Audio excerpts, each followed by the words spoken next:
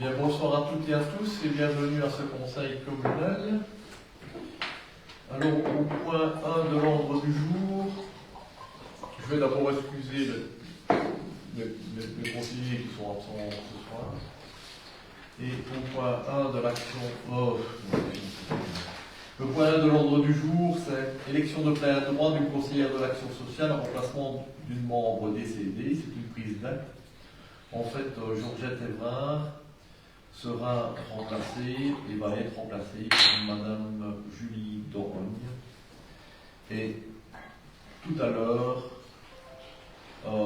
Julie Dorogne viendra prêter serment, mais en dehors du conseil communal, après ce conseil-ci.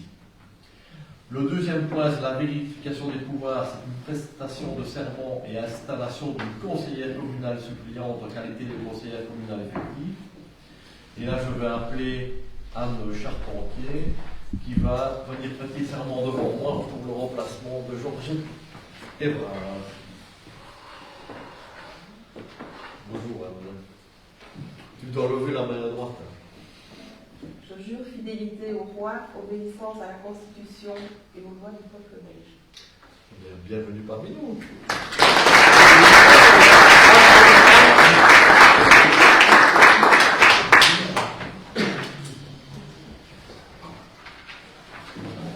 Je t'invite à prendre la place de côté de Alison.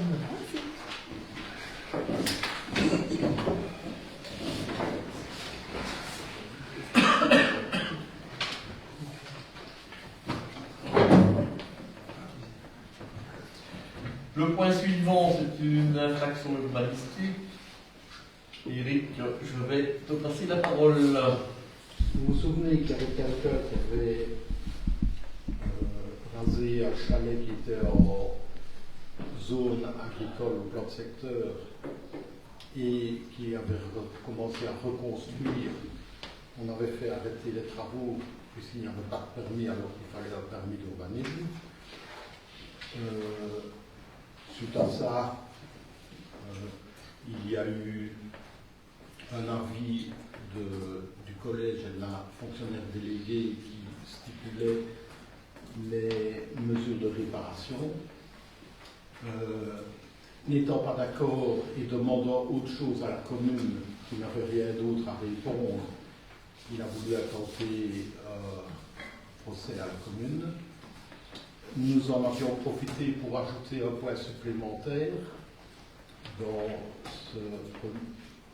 ce procès-là, pour demander au tribunal de préciser, d'avaliser les mesures de réparation qui étaient sollicitées. On avait décidé d'aller au tribunal, c'était passé au conseil communal, rappelez-vous. Le tribunal a donné son avis. Il déclare toutes les demandes de la personne non fondées, mais ne se prononce pas sur les mesures de réparation que la commune demandait. Et en plus, il faut préciser qu'il y avait aussi une demande relative à PESA et que la commune avait donné un avis, à propos duquel la commune avait donné un avis négatif. Et là, le tribunal a dit que l'avis pour PESA devait être positif. Alors, n'étant pas satisfait de l'entièreté des décisions du tribunal, bien que pour toute une série de points on était d'accord, ce qui était considéré comme non fondé de la part du requérant, n'étant pas entièrement satisfait, notre avocat nous a proposé d'aller en appel de cette décision. Comme nous n'avions qu'un mois pour interjeter appel, le collège a pris la décision, et ici au conseil communal, puisque c'est une compétence aussi du conseil communal, c'est de ratifier cette décision d'aller en appel pour ce dossier. Voilà. Je ne sais pas si vous avez des questions. Olivier, oui, je vois que tu es prêt. Déjà, j'étonne que le point passe au séance plénière et pas à huis clos, comme ça avait été le cas la dernière fois. Tout à fait. Mais la première fois, il était nécessaire quand même de citer certains noms. Ouais. Et Et si d'ailleurs, maintenant, dans la discussion, on est amené à citer des noms, je demanderai que ça passe en clos. Voilà. La question, c'est qu'est-ce que vous attendez, qu'est-ce que vous espérez plus en allant en appel? Que le tribunal confirme nos mesures de réparation, à savoir que ce soit chalet uniquement de chasse ou d'autres activités telles que prévues comme dérogation au plan de secteur, et non une habitation ni gîte de vacances. Ni un logement. Donc habitation ni gîte de vacances. Donc c'est ça qu'on attend. Vincent, tu Non, vous avez répondu aux questions, quoi. Vous voulez le soumettre également. on peut passer au vote, s'il vous plaît. Oui. Oui. Oui. Oui. Oui. Oui. Oui. Oui. Oui. Oui. Oui. Oui. Oui. Oui. Oui. Et oui, merci. Le point suivant, c'est un décret voirie. C'est un déplacement d'un tronçon du sentier vicinal numéro 108. Ça se situe au niveau du contrôleur. Éric, je te repasse la parole. Oui, il y a une grande parcelle qui a été divisée. Il y a déjà plusieurs maisons qui ont reçu un permis pour être construites. Et il y a encore deux parties à cette parcelle-là dont le propriétaire a demandé une division de biens aussi pour pouvoir construire deux habitations familiales. Une fois que la division de biens est faite, il y a en fait un sentier vicinal qui traverse les deux parcelles en oblique. Oui, et la demande, c'est de déplacer le sentier vicinal pour qu'il suive la limite des deux parcelles. Donc ça sépare bien. Comment? Il va passer entre les deux. Il va passer entre les deux, c'est ça. Ça délimite bien les deux parcelles. Il s'agit d'un aménagement de sentier de 2 mètres et non pas de 1,20 m tel que proposé par le demandeur d'ailleurs. Alors il y a eu enquête publique, il n'y a pas eu de réclamation à l'enquête publique, c'est passé à la CATM qui a fait une remarque sur la structure du chemin, que ce serait préférable que ce soit un chemin soit avec des escaliers par endroits, soit en palier parce que la pente est assez forte. Mais ça ne fait pas l'objet de remarques d'un décret voirie, puisque nous sommes dans le cadre d'un décret voirie, mais plutôt d'un permis d'urbanisme. Et cette remarque sera traitée lors de l'analyse du permis d'urbanisme pour les maisons. Et donc on propose d'être d'accord d'approuver les plans du géomètre et d'appliquer les conditions de mise en œuvre telles que plantation et plantes, mais ça dans le cadre des demandes d'urbanisation. Je ne sais pas si vous avez des questions. Ok, Vincent. Non, On peut passer au vote. Oui. Oui. Oui. Oui. Oui. Oui. Oui. Oui. Oui. Oui. Oui. Oui. Oui. Oui. Oui. Et oui, merci. Le point suivant, c'est de nouveau un décret voirie. Et là, ça concerne le chemin vicinal numéro 8, dans le cadre de la construction de 9 nouveaux logements. Éric, je te cède la parole. Oui, on se trouve au Vinave, près de l'embranchement avec la route du cimetière, ici, plus loin, en face de l'immeuble à appartement, là.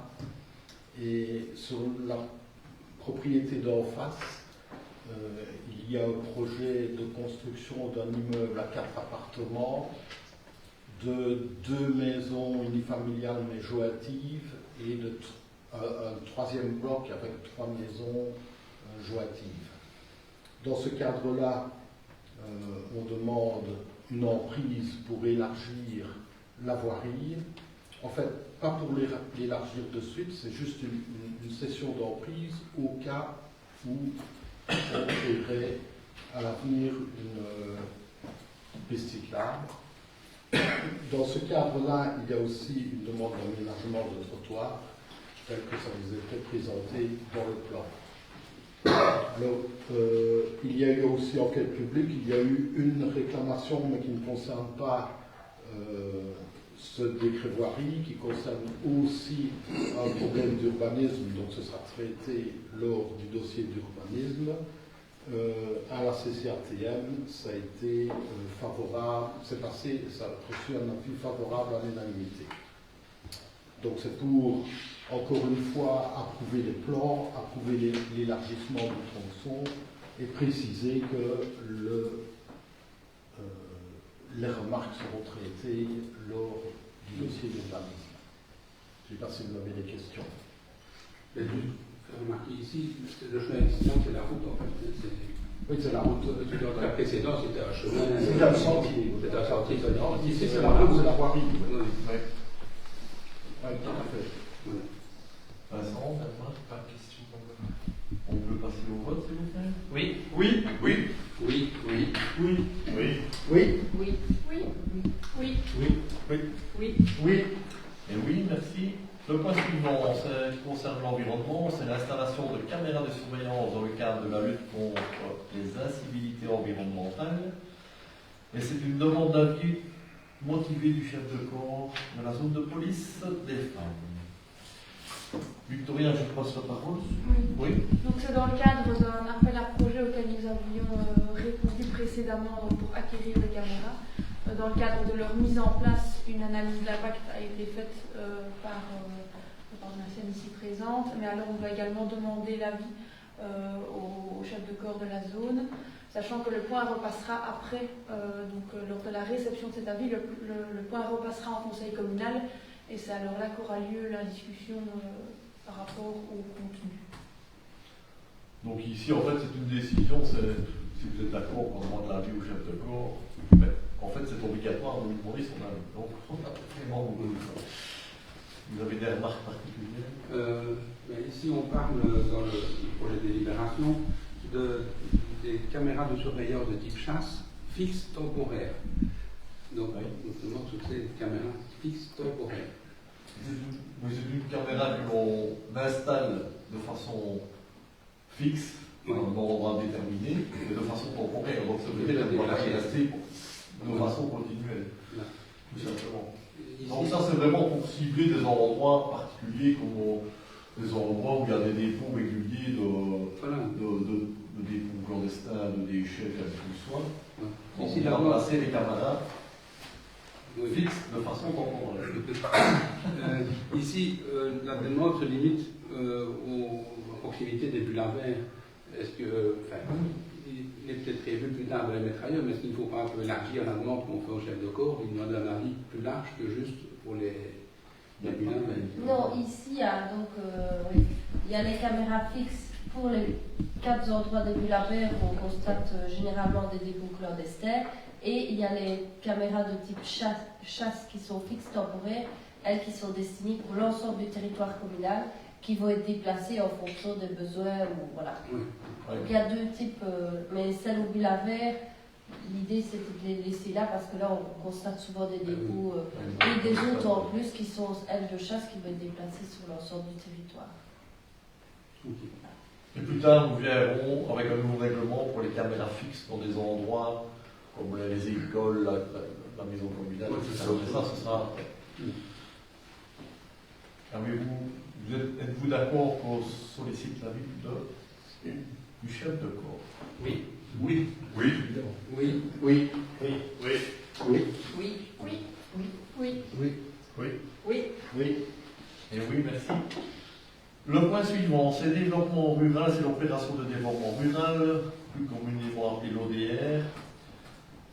C'est le rapport annuel 2023 et la liste des membres actualisée. Pour les personnes qui font partie de la CLDR, vous savez que des personnes tout au long de la CLDR ont démissionné ou n'ont pas été présentes, donc ont été démissionnés d'office parce qu'ils étaient absents en plus de 3 réunions successives, etc., sans explication. Et ça a été notifié dans des PV de séance. En fait, ici, on passe vraiment la liste définitive des membres de la CLDR. Voilà. Oui. Et c'est pour le PCDR. Ouais, qui sera présenté bientôt au niveau de la région wallonne, donc on va actualiser tous les membres. Oui. pas si vous avez des questions en ce sujet-là. Vincent, Pas de question, non? on peut passer au vote si vous voulez bien. Oui. Oui. Oui. Oui. Oui. Oui. Oui. Oui. Oui. Oui. Oui. Oui. Oui. Oui. Et oui, merci. Le point suivant, c'est pratiquement le même point. C'est démission de membres à la commission locale de développement rural. C'est une prise d'acte. J'ai un petit peu anticipé par rapport à ce que je vous ai dit tout à l'heure, où il y a des démissions, on va dire d'office, de personnes qui n'ont pas été présentes de façon régulière au niveau de la CLDR. Avez-vous des remarques particulières? C'est une prise d'acte ici, donc on ne doit pas voter. Est-ce que vous avez des remarques? Oui. Ici, il y a un membre de la représentation du cadre communal. Donc, est-ce que le groupe Choisir Ensemble peut proposer quelqu'un d'autre pour le remplacer? Ça, c'est une décision ou le conseil communal Vous décide ou pas. donc, vous pouvez envoyer une candidature et. Ah, c'est pas nous, c'est Oui. Ouais. Je me demandais juste Envoyer si c'était une- dans les plans de. c'est une de possibilité. Qui existe. Qui existe d'envoyer une candidature alors que ça doit passer à notre conseil. Parce qu'on doit avoir la candidature avant. Voilà. Ça va? Donc ici, on est sur une prise d'acte. Le point suivant, c'est un marché public de travaux. C'est des travaux énergétiques à l'école communale de Jalais.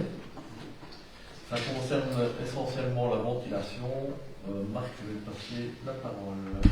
Oui, donc quand nous avons lancé l'appel d'offres pour le marché de réfection des travaux énergétiques à l'école, tout ce qui concernait la ventilation, enfin le marché, les offres que nous avons reçues n'étaient pas conformes. Donc on est obligé de lancer à nouveau le marché. C'est un marché qui est estimé à 165 300 euros. Donc on vous propose de passer par marché par procédure négociée, ouverte. Non, pardon, procédure ouverte. Je ne sais pas si vous avez des questions. Vincent, on peut voter, s'il vous plaît? Oui. Oui. Oui. Oui. Oui. Oui. Oui. Oui. Oui. Oui. Oui. Oui. Oui. Oui. Oui. Et oui, merci. Le point suivant, c'est aussi un marché public de travaux.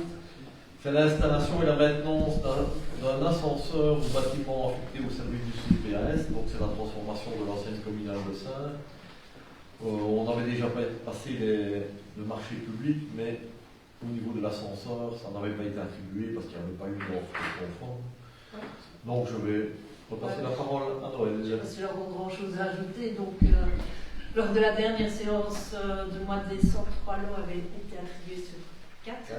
Donc, le dernier pour les ascenseurs, à l'analyse, ont démontré qu'ils n'étaient pas conformes, notamment au niveau de certains prix de dimension, et donc la procédure avait été arrêtée.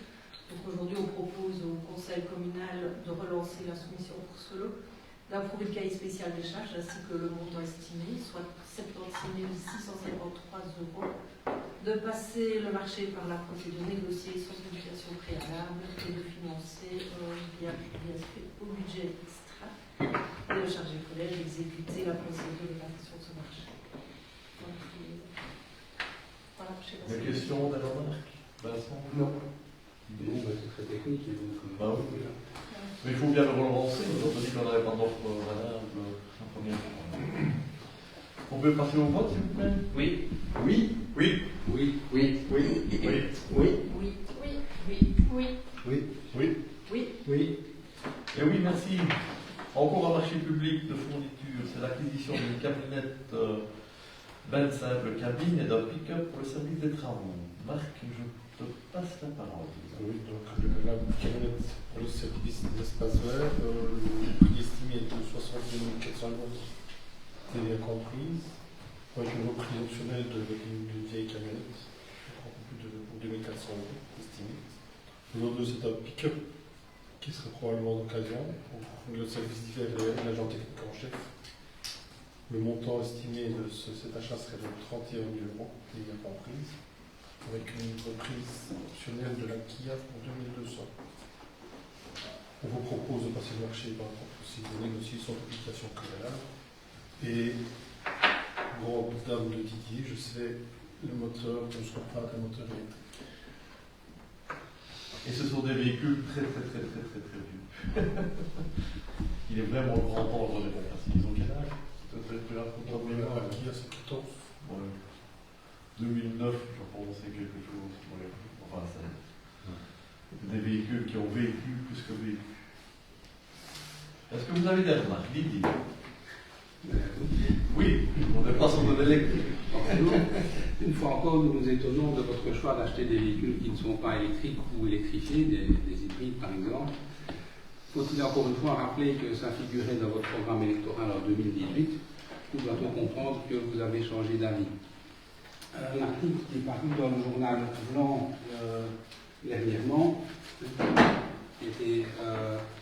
qui peut le laisser penser. L'article n'était pas signé, mais on peut supposer que, comme l'article était très élogieux à votre égard, c'est vous qui l'avez écrit vous-même. En tout cas, ce n'est pas nous, je ne pense pas que ce soit Redire Ensemble qui avons rédigé ce compte rendu du dernier conseil communal. Donc dans cet article, vous vous félicitez d'être à la pointe en matière énergétique depuis 2013. Nous voulons quand même rappeler à nos concitoyens et aux journalistes qui nous regardent que le groupe OSER avait proposé déjà en 2015 d'installer des panneaux photovoltaïques sur les bâtiments communaux et que vous aviez catégoriquement refusé à l'époque. Les panneaux photovoltaïques ont été installés que bien des années plus tard. Ceci n'est qu'un exemple. Nous pensons que toutes les améliorations énergétiques dont vous vous attribuez la paternité ont en fait été poussées par la région alors. Le groupe OSER et plus largement les écologistes n'ont pas attendu la vague verte de 2018 avec Greta Thunberg comme porte-drapeau pour mettre au centre de leurs préoccupations la préservation de notre environnement et les questions de changement climatique. Pour en revenir à nos véhicules, vous vous félicitez de l'article du Blanc de ne pas avoir acheté, je cite, des camionnettes électriques inutilisables, mais des véhicules de dernière génération peu polluants. Dire que les camionnettes électriques sont inutilisables, c'est votre opinion. Mais cette opinion est-elle le reflet d'une étude des besoins? Quelles sont les prestations attendues des véhicules? Combien de kilomètres doivent-ils pouvoir parcourir en une journée? Les véhicules électriques actuels ont une autonomie de plusieurs centaines de kilomètres. Supposons que c'est 300 km, ce qui n'est pas fort optimiste. 300 km, c'est 16 fois la distance entre Polleur et la Baracuissel. J'ai pris la plus grande diagonale possible sur notre commune. Est-ce que les véhicules de la commune doivent faire 16 fois cette distance sur une journée? Une autre question, comment est-ce qu'on pourrait recharger les véhicules électriques? Quelle serait la quantité d'énergie à recharger tous les jours? Combien de kilowattheures est-ce qu'il faudrait? Vous avez maintenant installé des panneaux photovoltaïques sur les toits des bâtiments communaux. Pourquoi ne pas en profiter pour installer des bornes de charge pour recharger des véhicules électriques? Ce sera un moyen de valoriser notre énergie. Il y a eu des avancées significatives en matière d'énergie sur notre commune, c'est vrai, nous l'avons toujours reconnu. Mais nous avons toujours aussi pensé que ça arrive fort tard et que ce n'est pas assez.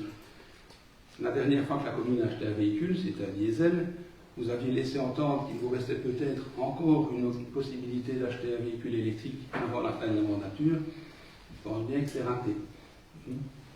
Pour conclure, je profite de cette occasion pour vous proposer d'assister à la conférence sur l'avenir énergétique de nos communes qui aura lieu à la maison communale de Plombières le lundi 8 avril. Je pense que ça peut être intéressant pour tous les mandataires communaux de suivre ce genre de séance d'information. Voilà. C'est de covoiturer jusqu'à... Vincent, tu dis. Après une intervention comme celle de Didier, pas nécessairement. Parce qu'il aime bien. On va passer au vote. Oui. Oui. Oui. Non. Non. Oui. Oui. Oui. Oui. Oui. Oui. Oui. Oui. Oui. Et oui. Le point suivant, c'est l'Assemblée générale extraordinaire de l'intercommunale RESA du 27 mars 2024. Décision. Donc, je ne sais pas si vous avez pris connaissance de cette Assemblée générale extraordinaire qui est quand même une importance, il me semble, un peu, je ne vais pas dire capitale, mais qui est quand même un peu extraordinaire, c'est le cas de le dire. C'est-à-dire que RESA va devenir vraiment une intercommunale séparée de Hénonia. Donc, on nous demande simplement ici d'approuver les points de l'ordre du jour de l'Assemblée extraordinaire. pas si vous avez des questions particulières, parce que si on doit débattre sur la séparation raisin et Inodien, bon, on peut, il n'y a pas de souci. Mais je vous attends. Donc, je vous demande les questions éventuelles que vous auriez à me poser. Vincent? Pas de questions. Par ma marque non plus, ça a été discuté à plus haut niveau, on va dire. Et voilà, ça peut être un chamboulement pour la province de Lille. Oui. Eh bien, ok. Est-ce qu'on approuve les points de l'ordre du jour de l'Assemblée extraordinaire de l'intercommunalité? Oui. Oui. Oui. Oui. Oui. Oui. Oui. Oui. Oui. Oui. Oui. Oui. Oui. Oui. Oui. Et oui.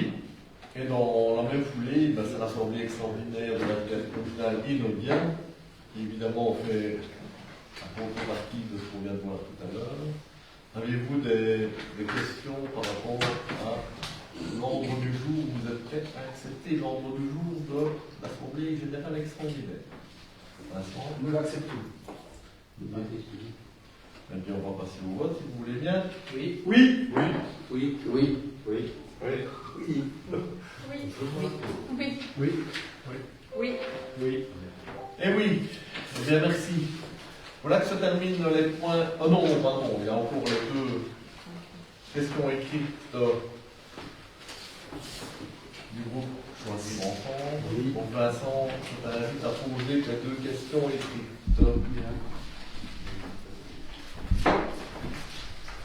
Je commence par la première qui concerne, qui demande, qui nous a été, des remarques qui ont été posées par les, plutôt qui nous sont arrivées de riverains d'Elbestel et plus précisément de la rue des Monts, anciennement rue de la Laiterie. Et donc je vais vous poser la question au nom de notre groupe. Nous, membres du groupe Choisir Ensemble, souhaitons attirer votre attention sur un problème de sécurité routière qui préoccupe plusieurs citoyens de notre commune. Plusieurs d'entre eux nous ont contactés pour exprimer leur inquiétude quant à la vitesse excessive observée sur le chemin des Monts à Herbester. Cette voie étroite et très fréquentée par des usagers faibles présente un risque accru d'accident en raison de vitesse excessive constatée par les riverains habitant dans cette voirie. À l'instar de la démarche entreprise à Solwaster, puisque c'est quand même la première zone en Wallonie qui est totalement sous zone 30, nous en avions débattu à l'époque, nous étonnions du fait que toute la zone puisse être en zone 30, mais c'est une bonne chose pour le village de Solwaster, nous le pensons. Nous vous demandons de vouloir examiner la mise en place d'une zone 30 sur cette portion de route, depuis la grande route jusqu'à la rue d'Herbester. Il faut savoir que cette petite voirie est également utilisée par les bus d'ETEC, et donc à la question de dispositifs physiques urbains tels des dodanes, on pressent déjà la réponse qui ne viendrait pas de vous, mais d'ETEC. Et nous estimons qu'une telle mesure contribuerait grandement à améliorer la sécurité des usagers de la route, notamment les piétons, les cyclistes, tout en réduisant les risques d'accidents graves. Nous vous remercions d'avance pour votre réponse. Merci Vincent pour cette question. Et je vais passer la parole à Michel Parod pour la réponse. Michel, je te passe la parole. Merci. Donc, déjà depuis plusieurs années, il y a ce problème récurrent de la laiterie, pas tellement la laiterie, mais du chemin des Monts, où on n'a jamais été interpellé, je veux dire par mail ou par courrier, tout ça par personne, mais jamais été interpellé par une personne qui m'a demandé pour voir si elle pourrait faire quelque chose dans ce chemin des Monts. Et à l'époque, on avait eu une réunion avec le SPV et on avait eu un refus pour une zone 30, parce que la zone 30 c'est réservé uniquement pour les plaisances d'école ou dans les quartiers résidentiels ou dans les lotissements, etc., où il y a des îlots de maisons. Et là, c'était pas autorisé de faire une zone 30. Par contre, on a eu la zone 30 dans Solwaster, mais là, c'est un petit miracle qu'on a eu. Tout un village sont mis en zone 30, ils ont donné leur accord, c'est une chose qu'on a eue. Mais là, il n'avait qu'une solution, c'était un ralentisseur. Mais là, encore une fois, il y avait le passage régulier de ligne de bus, donc ce qui était interdit. Et il y avait aussi une déclinaison de plus de 2%, ce qui était interdit aussi pour faire un ralentisseur. La seule solution, c'était de mettre un coussin berlinois. Mais tout le monde sait qu'un coussin berlinois, mettre ça en oreillette, c'est la même chose. Comme mettre des panneaux 50 à l'heure ou rappel 50 à l'heure, ça ne sert pas à grand chose non plus. Et alors, bon, ben voilà, on ne voit vraiment pas bien ce qu'on pourrait faire pour limiter la vitesse de circulation à cet endroit.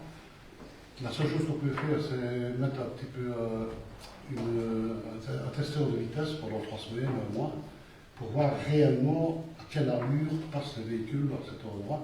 Il faudrait dire que cette ruelle est très étroite et qu'il n'y a rien à faire. Même un véhicule qui passe à 45-50 à l'heure, ça paraît très vite pour les riverains qui sont vraiment au bord de la chaussée, quoi. Donc ce qu'on va faire, on va faire une étude de vitesse par la zone de police et on viendra ici avec, pour vous donner les résultats, mais je suis pratiquement persuadé qu'on ne sera pas au-delà des 50 à l'heure. Pratiquement persuadé. Alors, trouver une autre solution, moi je ne vois pas bien quelle solution pour freiner les véhicules. Si ce n'est que peut-être mettre un radar préventif, ça, on peut le faire, on en a, on pourrait mettre un, mais est-ce que c'est ça qui va ralentir les véhicules? Je ne sais pas. Mais non, on peut le faire, on peut l'essayer. Un radar préventif, ça peut se mettre, ça peut s'enlever. Mais à part ça, des trucs physiques qu'on met sur le sol, à part le coussin d'éléments, je ne vois rien d'autre qu'on pourrait mettre à cet endroit. Et ces coussins berlinois, c'est où il y en a, hein, il y en a sur la route des terres, c'est pas, tout le monde passe à 7h80 dessus, bien mieux, on ne reçoit même pas une secousse. Quoi, Ouais, c'est vrai. Donc si c'est pour en mettre pour que ça ne serve à rien, voilà. Je vais juste rajouter une chose également, c'est qu'on a relancé ou réinterrogé le TEC pour essayer de dévier la ligne de bus, qu'elle ne vienne plus par la route des Monts, mais qu'elle parte sur vers le Tichot et revenir vers la route de la Gilet. On n'a toujours pas la réponse de cette demande, parce que c'est une demande qu'on a fait il n'y a pas longtemps. On l'avait déjà fait de plus tôt, mais là ils ne voulaient pas parce qu'ils estimaient qu'il n'y avait pas suffisamment de riverains, etc. Mais maintenant, la donne va peut-être changer, donc on attend un petit peu la réponse. Et puis il y a la problématique du virage à prendre au niveau de, juste avant la salle d'Albester, quand on revient vers la route des Monts avec le bus. C'est hyper compliqué, et quand il y a le moindre véhicule qui est mal parqué, c'est une catastrophe. Donc ça, c'est une demande qu'on a refait, on n'a toujours pas la réponse. Mais ce serait, si les bus ne passent pas plus par la route des Monts, ce serait quelque chose de beaucoup plus simple, on va dire à sécuriser, que quand les bus sont présents. Mais ça, on verra bien plus tard. Mais, comme le dit Michel, je pense qu'une analyse de vitesse, je pense que il faut la faire, parce qu'on va peut-être être étonné de voir les vitesses réelles qui sont pratiquées, parce que c'est vrai que la route est très étroite et qu'on a l'impression que les voitures roulent toujours très vite, alors qu'elles ne sont peut-être pas en excès de vitesse, hein, mais il y en a certainement qui le sont, hein, parce qu'il y en a toujours qui roulent vraiment beaucoup trop vite. Donc voilà, je crois qu'on va faire ça dans un premier temps. Il y en avait aussi qui avaient proposé de faire un sens unique, mais ça c'est encore 2 fois plus dangereux, parce que à partir du moment où on sait qu'il n'y a rien en face, les vitesses sont encore plus élevées. Je pense que si on a une réponse de la police, de la zone de police Vez, s'ils font des contrôles, je dis Vez, des formations.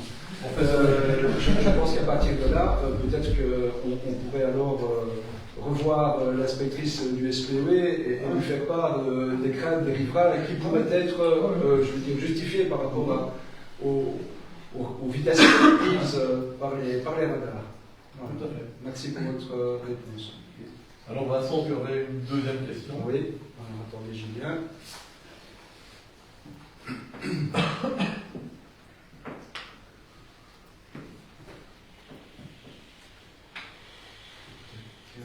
Voilà, elle concerne l'amélioration de l'accessibilité des cimetières pour les personnes à mobilité réduite. Donc, au nom de notre groupe, nous souhaitons attirer votre attention sur la question de l'accessibilité des cimetières pour les personnes à mobilité réduite dans notre commune. nous avons été informés par plusieurs personnes qui ont été confrontées à des difficultés pour se recueillir sur les tombes de leurs proches en raison de l'état des allées, souvent impraticables pour les chaises roulantes et les déambulateurs. En effet, les allées actuelles, composées de petites rocailles, ne permettent pas une circulation aisée pour des personnes à mobilité réduite, en contradiction avec le principe d'accessibilité pour tous. Nous estimons qu'il est essentiel de garantir que chacun ait la possibilité de se rendre au cimetière pour honorer la mémoire de ses proches, ce qui nécessiterait des aménagements adaptés. En plus de la question, nous avons mené une petite suggestion qui serait la mise en place d'un revêtement de sol plus stable, tel qu'un gazon semé sur un système alvéolaire rempli de terre, qui offrirait une meilleure accessibilité tout en préservant l'environnement. Cette solution permettrait non seulement de répondre aux besoins des personnes à mobilité réduite, mais également de verdir nos cimetières, favorisant ainsi un environnement plus agréable pour tous. Nous considérons effectivement qu'il s'agit d'une prise de conscience citoyenne importante, conjuguée à une réflexion écologique, et nous vous encourageons vivement à prendre en considération cette demande. Un aménagement de qualité dans nos cimetières garantira à chacun la possibilité de se recueillir en toute dignité, quelle que soit sa condition physique. Nous vous remercions pour les réponses que vous pourrez apporter à nos questions. Merci Vincent, et je repasse la parole à Michel. Je pense que le problème actuel se situe surtout au niveau du cimetière de Jalais, parce que ça n'a pas ce problème-là, ni sur Esther. Mais c'est un problème qu'on a déjà évoqué avec le jardin des travaux. Et on compte, on a déjà quelques mois qu'on compte aménager les deux allées principales du cimetière de Jalais avec un genre de semi-pénétration. Parce que verdir les cimetières, ça on a pris la décision de ne pas le faire, malgré l'appel à projet, etc. Parce que c'est pas une solution de commencer à faire des pré-funérailles, mettre de l'air partout. Pour nous, ce n'est pas la bonne solution. Voilà, c'est un choix. C'est un choix. Hein. Mais alors, concernant les allées principales, ça on compte mettre un genre de semi-pénétration. Mais il reste un problème dans toutes les allées devant les tombes, où là, on est encore dans un système de concession où on entre le cercueil par la ligne. C'est-à-dire qu'on ne rentre pas par le monument, par au-dessus. On doit chaque fois creuser dans la ligne pour placer le cercueil. Donc si on met quelque chose de durable et de praticable pour les PV, etc., à chaque fois qu'il y a une personne qui va être enterrée, on va à chaque fois devoir creuser dedans. Donc ça va encore durer un certain temps, mais maintenant les nouvelles concessions, déjà depuis quelques années, les cercueils doivent être entrés par le dessus et non plus par les allées. Donc ça va encore durer un petit temps. Pour les petites allées à côté. Maintenant, les grandes allées, normalement, dans le courant de quelques mois, on devrait les aménager avec un genre de semi-pénétration pour que ce soit accessible au PMR. Maintenant, pour l'instant, il n'y a rien qui interdit non plus à PMR d'entrer dans le cimetière avec un véhicule.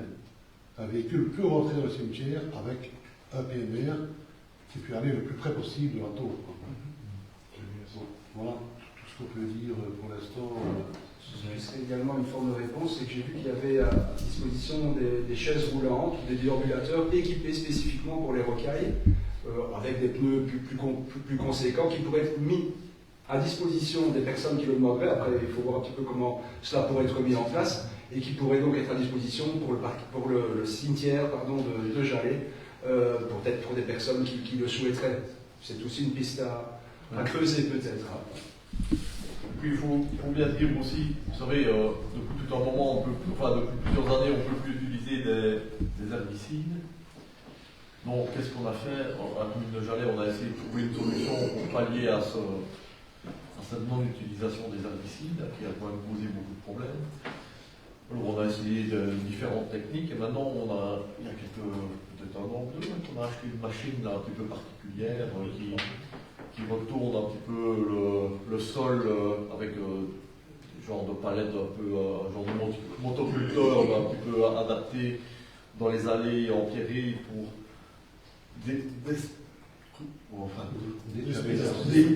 déstructurer l'herbe, etc. Mais en même temps, ça fait ressortir les pierres en surface, les petites pierres. Et c'est vrai que la mobilité pour les personnes en chaise roulante est beaucoup plus compliquée quand on est passé avec la nouvelle machine. Mais bon, voilà, on a trouvé cette solution-là qui marche pas trop mal, cette machine, qui est très efficace. D'un autre côté, ben, ça empêche un petit peu ça montre un peu la mobilité, les personnes en mobilité réduite à bien se déplacer. Ce serait beaucoup plus simple d'avoir un sol bien compact, bien dur comme on avait par le passé, où les chaises roulantes ou autres passaient vraiment très facilement. Et maintenant, le fait de passer avec cette machine rend le déplacement beaucoup plus difficile avec ce genre de mobilité. Mais bon, voilà, on ne sait pas. Voilà, il y a des avantages, des inconvénients. Et... Il faut passer à l'envers de roue après. Oh oui, mais.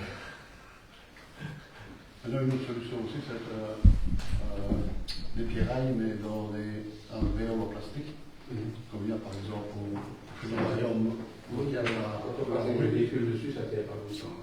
Ben, si, parce que quand on voit le parking du Fédérarium, qui date comme de quelques années, il est toujours nickel. Et bien dur, on s'est roulé, même en chaise roulante dessus, aucun problème. Et ça, on peut peut-être l'envisager pour les petites années. Il faut creuser, ça prend. Voilà, c'est ça, il faut chaque fois démolir pour. Comme on peut le voir dans certaines allées ici, dont la Grande Route, là, il y a un bâtiment qui a été conçu avec une allée avec ce type d'alvéole et de l'empierrement. Ben, ça répond aussi à la non-imperméabilisation des sols à travers la commune qui justement prend des positions qui vont justement dans le bon sens à notre estime. Donc oui, ça pourrait être aussi une solution envisagée. Oui, il y a plusieurs solutions. Merci pour la réponse. De rien. Bien voilà. Maintenant, avant de passer la parole pour... Oui, il y a 30 ans. Avant de passer aux autres divers, j'en profite parce que d'habitude je le fais toujours au début de la séance, mais ici, comme on avait une prestation de serment, c'est remercier le service des travaux pour le travail qu'ils ont effectué après la léthargie à Kiège et à Saint. Comme on les a remerciés également après le carnaval d'Herbiester et de Jalais, les remercier au nom du conseil communal, et on n'a pas besoin de passer tous les groupes en vue de tout le conseil communal pour leur nettoyage des deux entités après la léthargie. Je suppose que tout le monde est bien d'accord et bien conscient du travail qu'ils effectuent. Donc, Donatienne, je tiens à leur envoyer un petit courrier au nom du conseil communal pour les remercier du travail effectué. Donc voilà. Alors maintenant, est-ce qu'il y a des divers? Je passe la parole à Didier, tu donnes la parole en primeur. On parlait de la Sainte et de chemin. Je voulais savoir, on a plus d'écoles à Sainte. Quand les travaux pourront se terminer? Début avril. Oui, nous autres, on attend avec impatience. La dernière couche, mais normalement, c'est vraiment début avril. Donc on y est. Oui, mais il n'y a plus grand-chose à faire. Il n'y a plus. Oui, mais il y a un marquage. Oui. Après, à faire sur le nouvel asphaltage, il y a encore du travail. Il y a plusieurs. En début avril, normalement, ça devrait être. Les vrais se payent beaucoup, enfin, il y en a qui doivent abîmer leur moto. Peut-être par mort de plus d'autres. Mais ça doit être fait début du mois d'avril. Autre question? C'est tout. Moi, je vais en trouver une. On va voir si elle doit être traitée en clos ou si elle doit être traitée en séance publique. Cela concerne l'installation, l'hypothétique installation de caméras de surveillance aux ateliers communaux. Oui, mais ça, attends. J'ai dit tout à l'heure, quand on a parlé le règlement pour les caméras fixes, temporelles, etc., enfin, qu'on allait passer par la suite le règlement pour les caméras fixes dans des lieux comme les écoles, l'atelier communal, ici la maison communale, etc.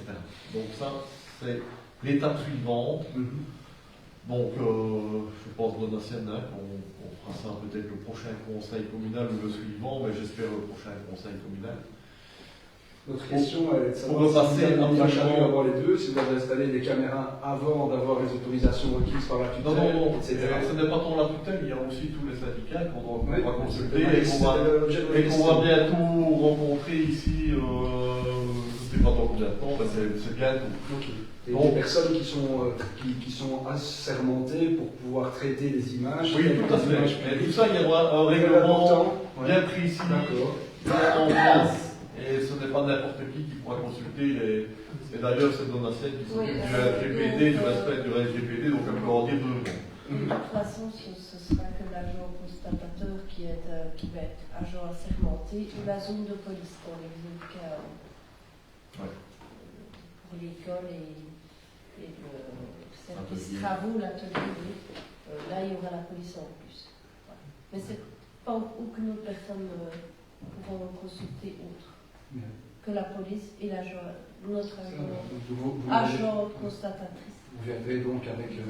Oui, et normalement. Avril, Avril ou mai, allez. Non, au moins une en avril et peut-être laisser les deux, mais voilà. Mais on va finir avec. Parce que si tu te souviens, quand tu vois depuis le temps qu'on a acheté les caméras pour les infractions environnementales, ça fait très longtemps. On vient de passer aujourd'hui le règlement. Mais au niveau des caméras fixes dans les lieux comme l'école, l'administration, etc., l'administration, bon, ça va passer incessamment sous peu. Donatienne est en train de travailler dessus. Et on va finir et on va devoir passer au syndicat, on va devoir le présenter au syndicat, etc. Pour l'acceptation, hein. Oui, on va faire. Oui, tout ça va être fait dans les règles. Ça va? Oui. Oui, vas-y. Juste un type d'information, il va y avoir des travaux à Solostère. Donc la route de Solostère va être refaite, comme une fois, à partir de la descente de Royaume-Pré, où ils ont arrêté, jusqu'à l'église de Thiège. Ça va se faire normalement entre le 9 et le 16 avril. Mais on a réuni au domaine à 9h30, justement pour mettre le plan de déviation, etc. en place. Et on saura exactement le jour qu'ils vont commencer. Donc ça va certainement durer 8-10 jours. Mais là, on fera une communication aussi dans la commune, puisqu'il y aura une déviation encore mise en place par Joster, et par Solostère.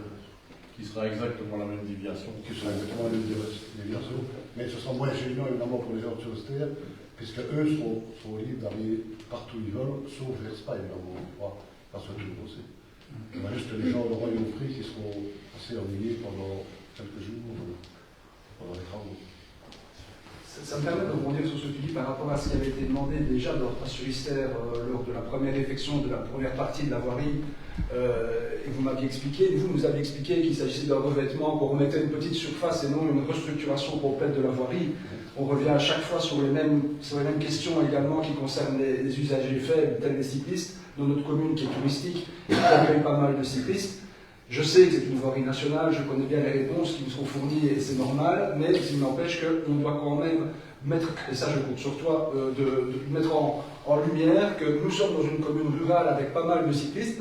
La région wallonne essaie justement de montrer qu'il faut faire plus de déplacements doux dans nos communes. Dès lors, pourquoi est-ce que le SPW ne rentrerait pas dans cette logique et de nous permettre de pouvoir avoir des voiries cyclistes dans cette commune touristique. Mais c'est prévu dans tous les plans, on les a pas encore vus, mais tous les relevés ont été faits pour refaire toute la route depuis la route de Verdier jusqu'à Thiège, avec piste cyclable, trottoir, etc. Mais ça, ce n'est pas pour demain matin, ni après-demain matin, mais c'est prévu par le SPW. Mais ici, il faut simplement un raclage pause, uniquement parce qu'ils savent bien que cette chaussée est très dangereuse et ils n'ont pas envie d'avoir des accidents à cause des nids de poules, etc. C'est pour ça que, comme il leur reste du budget, ils vont faire un raclage pause tout simple, qui va peut-être durer 4-5 ans, le temps qu'ils mettent en place ces travaux qui sont prévus avec piste cyclable, trottoir dans tout Solostère, etc. Et ça, c'est pas pour demain, ça peut être dans 1 an, 2 ans, 3 ans, 4 ans, mais c'est prévu pour les SPW. On n'a pas encore vu les plans, mais tous les relevés ont été faits. Au moment où on va avoir des SDN, etc., on va pouvoir faire dans différents endroits qui permettent aux cyclistes de pouvoir accéder à des villages. C'est pas accéder jamais, elle est en route aussi, mais pour quand et tous les plans sont faits, etc. Mais voilà, quand est-ce qu'ils vont faire Là, c'est une décision du SPW qui, sachant bien que les travaux annoncés après la traversée de Jalais, ce sera la traversée de Surister avec les aménagements cyclables et les ponts. étant donné qu'on ne sait même pas encore qu'on va commencer l'aménagement de la traversée de Jalais qui va durer quelques années, dont les plans ne sont pas finalisés parce qu'ils ont en fait leur ingénieur qui est parti ailleurs et son remplacement n'est pas encore effectué ou vient de l'être. Donc on ne sait pas du tout quand on va commencer les travaux d'aménagement de la traversée de Jalais. Parce que il faut vous dire que l'aménagement de la piste cyclable depuis Beuleux jusqu'à Bourlimpont, ça va se faire ici avril-mai, quelque chose comme ça. Les travaux seront faits. Et puis après, il y a l'aménagement de la traversée de Jalais qui va durer, à mon avis, 2 ans, on va être raisonnable, 2-3 ans, quand on aura vu les plans, parce que franchement, on ne les a pas encore vus. Et puis après cette phase-là, il y a la phase de la traversée de Sulistère. Le SPOE a estimé que l'état de la voirie était tellement catastrophique dans Sulistère et suite vers Tiège qu'ils ont décidé de faire un raclage pause pour au moins pallier à l'état lamentable de la voirie. Et ici, ils remplacent également la voirie depuis la fin des travaux qu'ils ont fait l'année passée jusqu'à Tiège. Parce qu'ils savent bien que ça va prendre, on est parti avant 5-6 ans, à mon avis, on ne verra pas le début des travaux, mais on ne pouvait pas laisser la route dans un état comme ça.